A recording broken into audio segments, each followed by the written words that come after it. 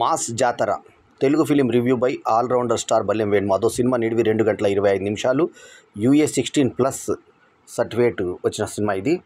31 October 2025 October చివరి రోజున వచ్చినటువంటి సినిమా. ఇక మాస్ మహారాజా రవితేజ ఆయన ఇమేజ్ తగ్గట్టుగానే మాస్ జాతర అని సినిమా పేరు పెట్టడం జరిగింది. గతంలో చిరంజీవి జాతర అని సినిమా వచ్చింది. ఆ తర్వాత మళ్ళీ జాతర పేరుతో వచ్చింది ఈ సినిమానే, మాస్ జాతర. సో మాస్ జాతర ప్రేక్షకులను దృష్టిలో పెట్టుకొని మాస్ ఇమేజ్కు ఉన్నటువంటి రవితేజ ఒక ఇమేజ్ని వాడుకొని తీసినటువంటి సినిమాగా చెప్పుకోవచ్చు. ఈ సినిమాలో నవరస నట చక్రవర్తి, నటకిరీటి డాక్టర్ రాజేంద్ర ప్రసాద్ ముఖ్య పాత్రలో ఆయన తాత పాత్రలో నటించాడు. అయితే వయోభారం పడ్డటువంటి రవితేజ, రాజేంద్ర ప్రసాద్ ఇద్దరు కూడా తాత మనవల్లాగా, అంటే ఒక తండ్రి కొడుకులాగా అంటే బాగుండేదేమో, తాత మనవలు అంటే మరీ ఎక్కువ గోల్డ్ గెటప్ రాజేంద్ర ప్రసాద్కి ఇచ్చినట్టుగా అనిపించింది. సరే, ఘాటీ సినిమా ప్రభావం కొంత ఇందులో కనబడింది. ఎందుకంటే అందులో ఉన్నటువంటి ఏదైతే శీలావతి అని చెప్పేటువంటి ఏదైతే ఆకు ఉంటుందో ఆ గంజాయి ఆకు మీదనే ఈ సినిమా కథ నడిచింది. అందులో చైతన్యరావు మాదాడి చేసినటువంటి పాత్రని ఇందులో నవీన్ చంద్ర చేశాడు. సో ఆల్మోస్ట్ కొన్ని సన్నివేశాలు, రైల్వే స్టేషన్ సన్నివేశాలు కానీ, కథలో ఉన్నటువంటి మెయిన్ ప్లాట్ కానీ అంతా దాని మీదే నడుస్తుంది. శ్రీలీల హీరోయిన్గా చేసినటువంటి సినిమా. అంతకుముందు వీళ్ళిద్దరి కాంబినేషన్లో ధమాకా సినిమా వచ్చింది. సో ధమాకా సినిమాలో వాళ్ళిద్దరు పర్ఫార్మెన్స్, వాళ్ళ మ్యాచింగ్ చాలా అద్భుతంగా కుదిరి అప్పట్లో సినిమా సూపర్ హిట్ అయింది. అయితే భీమ్స్ సిసిరిలో సంగీతం కూడా ఈ ముగ్గురు కాంబినేషన్ ధమాకా నుంచి రిపీట్ అయింది. రవితేజ కానీ, శ్రీలీల కానీ, భీమ్స్ సిసిరిలో కానీ. భీమ్స్ సిసిరిలో తర్వాత శేఖర్ మాస్టర్ ఒక పాటలో లాస్ట్లో ఈ super hit, super duper hit పాట అంటూ వచ్చేటువంటి పాటలో కనబడతారు కూడా. అయితే ఇందులో సూపర్ డూపర్ హిట్ అనే పాటలో చాలా అద్భుతంగా ఒక సాంగ్ రాయడం జరిగింది.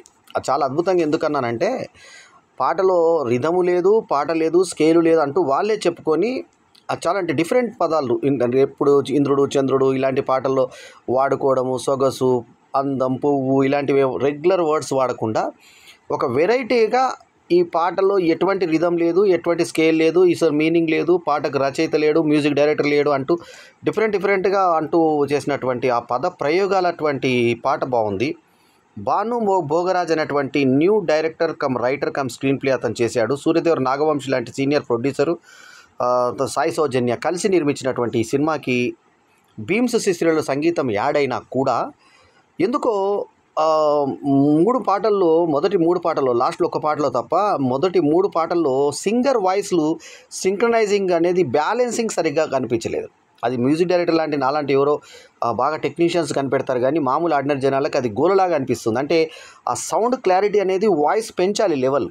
ఆ లెవెలింగ్ దగ్గర అంటే వీళ్ళు ఏదైనా స్టూడియో అవుట్పుట్ ఇచ్చేటప్పుడు ఎక్కడో చిన్న డిఫెక్ట్ జరిగింది. ఇట్లాంటి డిఫెక్టే మనకు దేవుడు చేసిన మనుషులు అని చెప్పి రఘుకుంచే మ్యూజిక్ చేసినటువంటి పూరి జగన్నాథ్ రవితేజ కాంబినేషన్ వచ్చిన సినిమాకు కూడా ఇట్లాంటి పరిస్థితి వచ్చింది. అప్పుడు కూడా ఆ సినిమా ఫ్లాప్ అయింది. ఈ సినిమాకు కూడా అదే ప్రభావం పాటల మీద ఎఫెక్ట్ పడింది. పాటల మీద ఏంటంటే సింగర్స్ వాయిస్ మనకి వినబడదు, ఈ సినిమాలో సరిగ్గా వినబడదు అంటే సరిగ్గా వినబడదు, మిక్స్ అయి కనబడుతుంది. కొంచెం సాంగ్ సింగర్ వాయిస్ లేకుంటే మంచిగా స్పష్టంగా అర్థమయ్యేది. సాధారణంగా భీమ్స్ సీరియల్లో పాటలో సాహిత్యం బాగా వినబడుతుంది. ఈ సినిమాలే మాత్రం కొంచెం తిరగబడింది. నవీల్ నూలి ఎడిటింగు, ఆ తర్వాత శ్రీ నాగేంద్ర తంగల ప్రొడక్షన్ డిజైనింగు ఇవన్నీ కూడా ఉపకరించినటువంటి ఈ సినిమాకి రవితేజ ఇమేజు, శ్రీలీల మ్యాజిక్ 2 పనిచేయాలంటే ట్రై చేశారంతే. శ్రీలీల గ్లామర్కి డ్యాన్స్ ఆమె ఎప్పుడు పర్ఫెక్ట్. సెకండ్ హాఫ్లో వచ్చే 2 పాటల్లో సూపర్ డ్యాన్స్ పెట్టారు.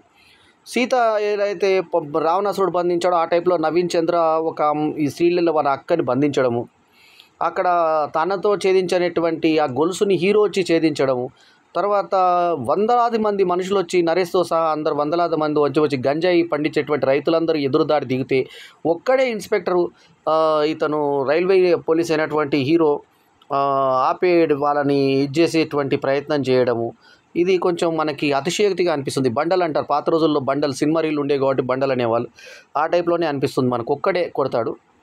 సో పోలీస్ కావాలనుకున్న ఇతను రైల్వే పోలీస్ అయిన తర్వాత తన పరిధిలోకి పోతే ఏ రకంగా ఉంటుందనేది మనకు చూపిస్తారు.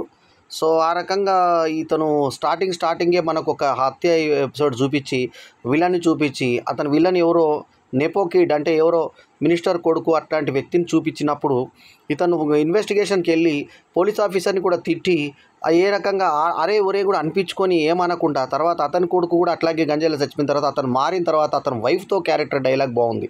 ఆమె బలగం ఫేమ్ నటి చెప్పింది డైలాగు. ఆమె ఏమనంటదంటే నిజాయితీగా లేకుంటే ఆయన కొడుకు చనిపోయాడు, నిజాయితీగా ఉన్నప్పుడు ఆయన చనిపోయాడు, ఎలా ఉండాలి బాబు అని అడుగుతుంది రాజేంద్ర రవితేజ. ఆ డైలాగ్ బాగుంది. అట్లాగే రాజేంద్ర ప్రసాద్ అనే dialogue I am retired but not tired అనే డైలాగ్ ఒకటి బాగుంది. అట్లాగే లాస్ట్ ఫైట్ రాజేంద్ర ప్రసాద్ నేను మిలిటరీలో చేశానంటూ ఫైట్ చేయడం అనేది చాలా చక్కగా ఆకట్టుకుంటుంది. రాజేంద్ర ప్రసాద్ పాత్ర ఒరేయ్ నువ్వు ఎక్కడ ఎటువంటి మందు బారు బీరు ఆ మందులు ఈ పోరీలు ఎవరు దొరకనటువంటి ప్లేస్కు పోరా శపించడం బాగుంది. ఇది యాక్చువల్లీ మన డయాస్ మీద కూడా మా బల్యం సినీ మా మీడియా ఆవిష్కరణ 2025 అప్పుడు వేదిక మీద ముందే ఈ యొక్క సీన్ని చెప్పడం జరిగింది డాక్టర్ రాజేంద్ర ప్రసాద్ గారు అందరికీ మా వేదిక మీద. సో ఆ సీన్ని ఇక్కడ చూసినప్పుడు కూడా బాలే అనిపించింది. ఆయన పర్ఫార్మెన్స్ ఆకట్టుకుంటుంది బాగా. అట్లాగే నవీన్ చంద్ర అందాల రాక్షస్ లాంటి సినిమాతో హీరో చేసిన నవీన్ చంద్రకి ఒక చాలా చక్కటి సినిమా అని చెప్పుకోవాలి ఈ సినిమా. ఎందుకంటే చాలా అద్భుతంగా చేశాడు. అతను క్యారెక్టర్ అతనికి అవార్డు రేంజ్ పర్ఫార్మెన్స్ ఇచ్చాడు. ఇంకా రవితేజ కొంచెం ఏజ్ మీద పడ్డ తర్వాత కొన్ని సినిమాల్లో బాగా ఏజ్గా కనబడ్డాడు, కానీ ఈ సినిమాలో ఎందుకో అతను ఫేస్ మంచిగా కనబడింది. శ్రీలీల అతని ఏజ్కి తగ్గట్టుగా మ్యాచ్ అయింది. అంటే కొంచెం ఎల్డర్లీ కనబడుతుంది ఇప్పుడు ఆమె. ఇద్దరికి మ్యాచ్ అయింది బాగా. కాంబినేషన్ చక్కగా కుదిరింది వీళ్ళిద్దరిది. అయితే రవితేజ శ్రీలీల ఒకళ్ళు మనకి ఈ సినిమా